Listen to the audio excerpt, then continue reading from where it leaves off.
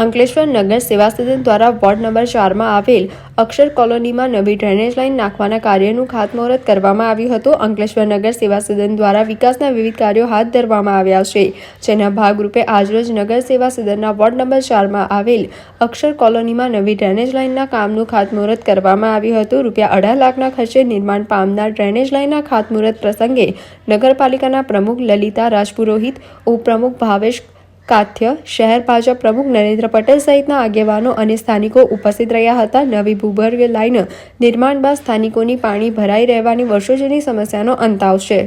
આજ રોજ અંકલેશ્વર નગરપાલિકા દ્વારા વોર્ડ નંબર 4 માં અંદાજિત 18 લાખના ખર્ચે ડ્રેનેજ લાઇન નાખવાનું ખાતમુહૂર્ત કરવામાં આવ્યું।